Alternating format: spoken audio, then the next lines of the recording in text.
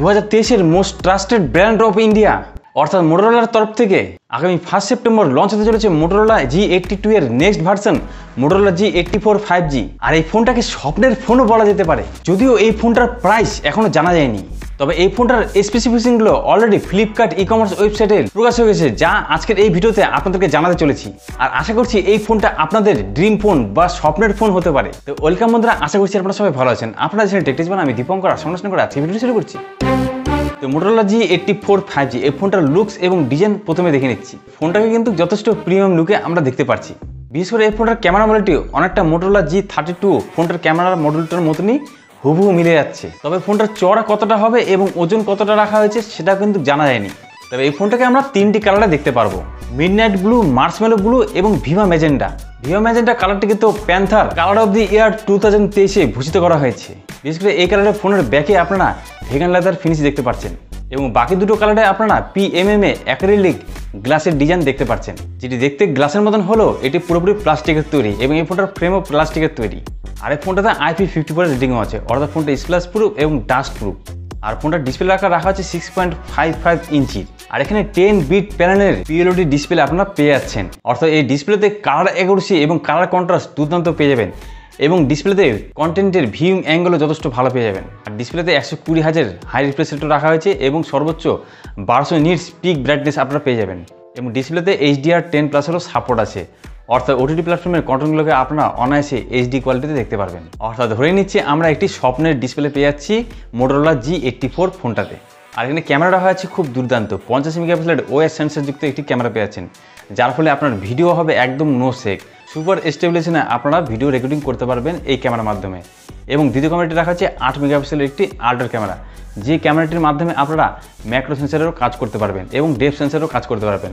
অর্থাৎ একটি ক্যামেরার মধ্যে 3টি বৈশিষ্ট্য লুকিয়ে আছে। অর্থাৎ ক্যামেরার সংখ্যাতে কম্প্রোমাইজ করা হলেও ক্যামেরার কোয়ালিটি কিন্তু খুব ভালো রাখার চেষ্টা করেছে মোটোরোলা।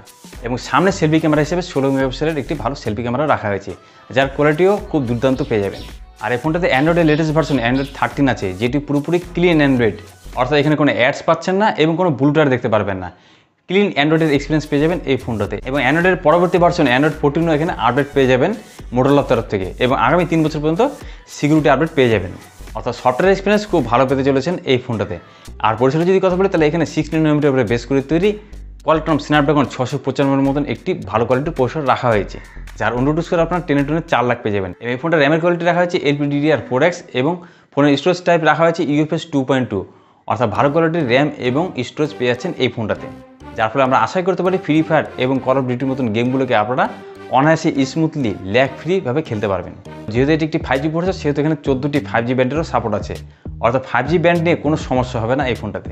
আর পাওয়ার সাপ্লাই করার জন্য এখানে 5 mAh ব্যাটারি তো আছেই, যেখানে 30 ওয়াটের চার্জিং সাপোর্টও আছে এবং চার্জারটি অবশ্যই বক্সে পেয়ে যাবেন। আর সাউন্ডের যদি কথা বলি তাহলে এখানে ডুয়েল স্পিকার পেয়ে যাচ্ছেন, যেখানে ডলবি অ্যাটমসেরও সাউন্ড আছে, অর্থাৎ সাউন্ডের জন্য এই ফোনটা বেস্ট কাজ করেছে।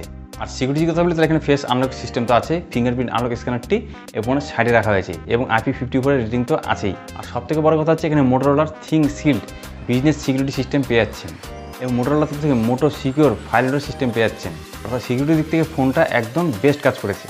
আর এরকমই আরেকটি বেস্ট কাজ আপনারা করতে পারেন, সেটা হচ্ছে টেকটিক্স বাংলা চ্যানেলটিকে এখনই সাবস্ক্রাইব করে এবং তার পাশে বেল আইকনটি ক্লিক করে রাখবেন, যাতে এই ধরনের ইম্পর্টেন্ট ভিডিও আসলে আপনি সবার আগে নোটিফিকেশন পেয়ে যান। তো এখন কথা হচ্ছে এই ফোনটার দাম কী হতে পারে। তো এই ফোনটার র্যাম ভেরিয়েন্ট যদি বলি তাহলে এটির র্যাম ভেরিয়েন্ট টপ হতে পারে 12 GB পর্যন্ত এবং রম ভেরিয়েন্ট অর্থাৎ এর স্টোরেজ সর্বোচ্চ 256 GB পর্যন্ত হতে পারে। আর এই ফোনটার লো ভেরিয়েন্ট 8 GB 128 GB সম্ভবত হতে পারে, যার দাম আমরা 20,000 টাকার মধ্যে পেতে পারি। যদি এই লো ভ্যারিয়েন্টটি 20,000 টাকার মধ্যে আসে তাহলে এই ফোনটা কিন্তু একটি ভ্যালু ফর মানিতে পরিণত হয় এবং আমরা হয়তো ফোনটা কিনতেও পারি। কিন্তু যদি এই ফোনটার দাম এর চেয়ে বেশি হয় তাহলে কিন্তু এই ফোনটা কোনো মতেই ভ্যালু ফর মানি হতে পারে না, কারণ কি 20,000 টাকার মধ্যে অলরেডি ইনফিনিক্স GT10 Pro এই ফোনটা এবং এই দামের মধ্যে লাভা অগ্নি 2 একটি ভালো কোয়ালিটির ফোন।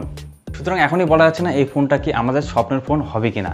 আগে এই ফোনটার দাম জানা যাক, তারপরে আমি এবং আপনারা অবশ্যই বুঝতে পারবেন এই ফোনটা আমাদের নেওয়া উচিত কিনা। তো ভিডিওটি ভালো লাগলে অবশ্যই একটি লাইক করতে পারেন এবং আপনাদের কোনো মতামত থাকলে এখনই কমেন্ট করে জানাতে পারেন।